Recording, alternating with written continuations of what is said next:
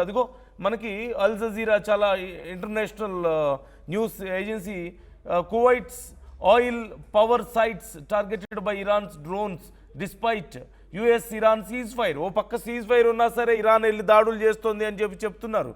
అంటే ఇప్పుడు ఇరాన్ తమ లావెన్ రిఫైనరీకి ప్రతీకారంగా ఇప్పుడు వెళ్ళి ఇటు ఈ దేశాల మీద దాడులు చేస్తూ వస్తుంది, కువైట్ మీద.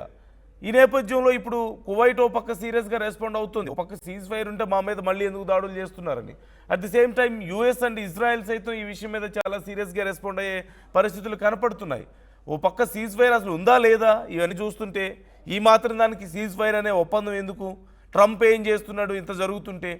ఇజ్రాయెల్ వెళ్ళి ఓ పక్క సీజ్ ఫైర్ ఒప్పందం జరుగుతున్న సమయంలో ఇజ్రాయెల్ వెళ్ళి ఇరాన్కి సంబంధించినటువంటి లావెన్ ఆయిల్ రిఫైనరీ మీద దాడులు చేస్తుంటే ట్రంప్ ఏం చేస్తున్నాడు? మరోవైపు సరే జరిగింది, సీజ్ ఫైర్ అయిపోయింది, ఒప్పందం కుదిరింది.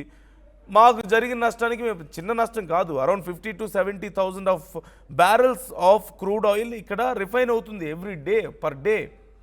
అండ్ ఆ దేశంలో కీలక ప్రాంతాలన్నిటికీ ఇక్కడి నుంచి సప్లై అవుతుంది. అది మొత్తం ఆగిపోయింది. ఇప్పుడు వాళ్ళకి చాలా కోట్ల రూపాయల నష్టం జరిగింది, వందల కోట్ల రూపాయల నష్టం. ఇప్పుడు మరి దీనికి ఎవరు సమాధానం చెప్పాలి అని ఇరాన్ వెళ్ళి ఇప్పుడు దాడులు చేస్తుంది, మరిన్ని అరబ్ దేశాల మీద దాడులు చేస్తుంది. మాకు నష్టం జరిగింది కాబట్టి మేము దాడులు చేస్తున్నాం అని చెప్తుంది.